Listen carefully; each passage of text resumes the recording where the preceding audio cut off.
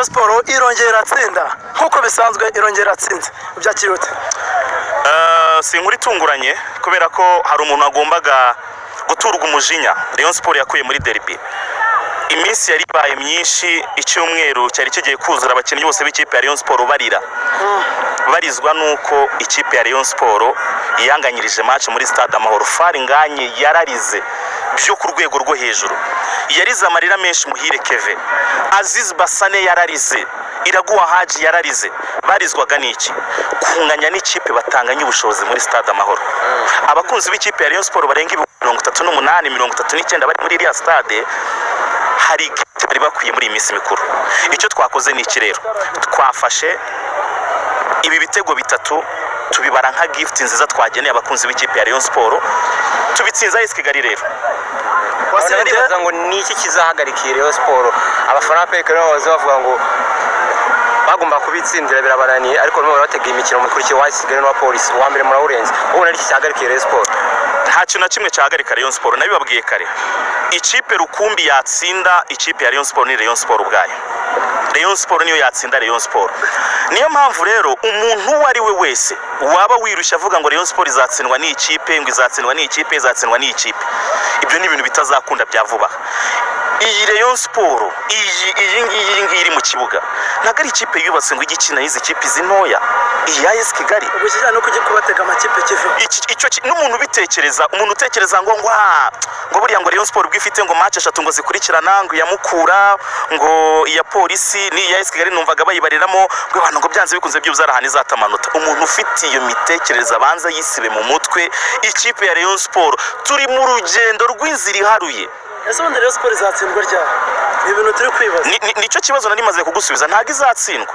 Iyi tugiye gukora unbeaten run, tugiye kurwana n'uburyo tugomba gutwara iki gikombe cya shampiyona nta muntu dutsinze, kubera ko dufite ikipe ikomeye. Ariko se nimutekereze namwe, mutekereze umwataka nka Faringanye aramara game ebyiri atabona igitego, uwo mwenda agiyemo bariyo kuri match ya gatatu aza wishyura uwo mwenda.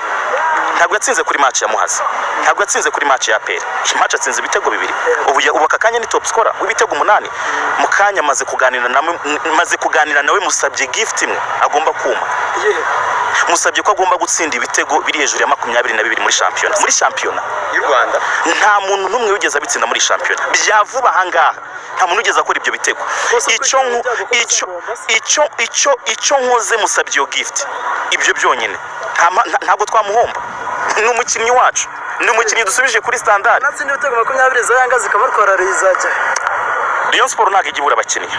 Binabaye byiza n'aba 11 bose bari mu kibuga haza ikipe imwe ikabagura bakagenda, kuko hejuru y'ibyo bintu byose turimo turakora Rayon Sport iracuruza. Rayon Sport turi mu bucuruzi, dukeneye ubwo bucuruzi rero. Ese wase ntabwo bufite yuko ko abantu baratega iminsi Rayon Sport muri phase tour hari igihe bigera bikanga ubushobozi bukabura kongera gasubira mu bihe bitari byiza by'umwihariko bitewe no financially. Ntabwo bufite ko ibihe bya Rayon Sport bizakama bikongera bigasubira inyuma. Rayon Sport ntago ikintu kihayize insinzi ari stabilité financière gusa, sibyo byonyine. Dufite abakinnyi basobanuriwe ko Rayon Sport imaze imyaka 5 idatwara igikombe cya shampiyona. Franchement parla, ni ibintu bitagakwiye kuba ku ikipe nka Rayon Sport.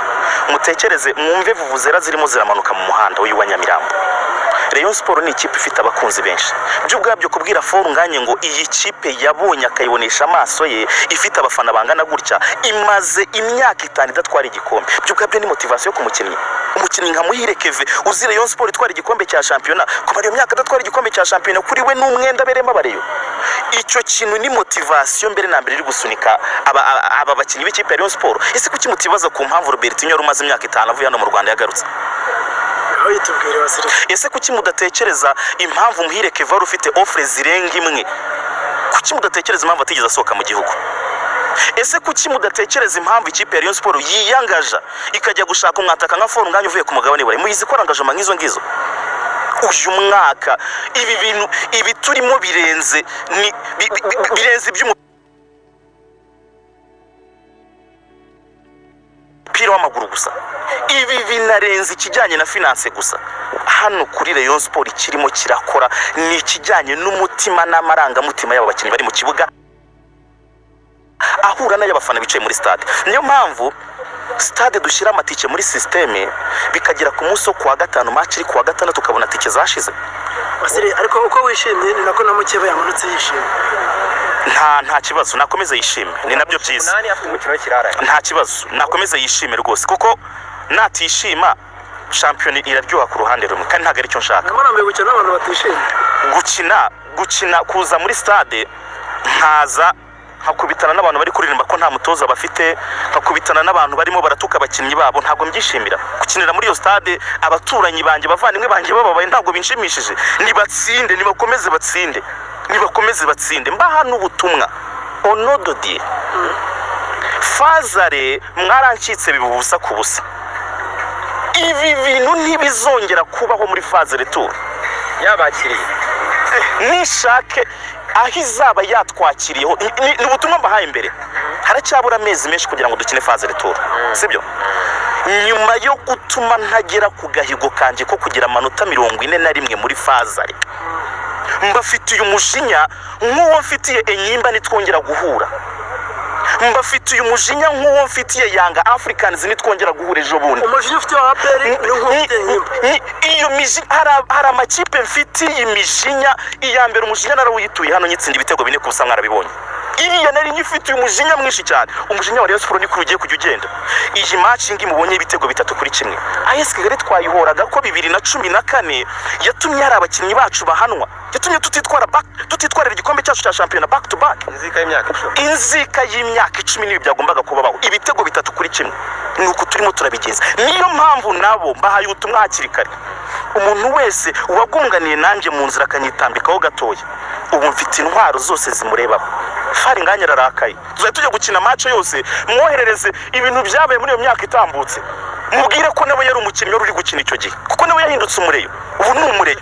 Tujya gukina match, urugero tugiye gukina na Gasogi n'urugero. Nzajya mushakira match Gasogi yadutsinzemo n'ibihari. Hite nyimwoherereza mubwire ngo dore twaratsinzwe no kuri twaye dupfuye. Iyo match azajya yizamo ameze nk'intare yakomeretse. Ubwo kuvanga amagaju Marine na APR zakwitambitse. Nazo muri Fazare Tour bagomba kubimenya. Bingahe? Nibyo ngibyo.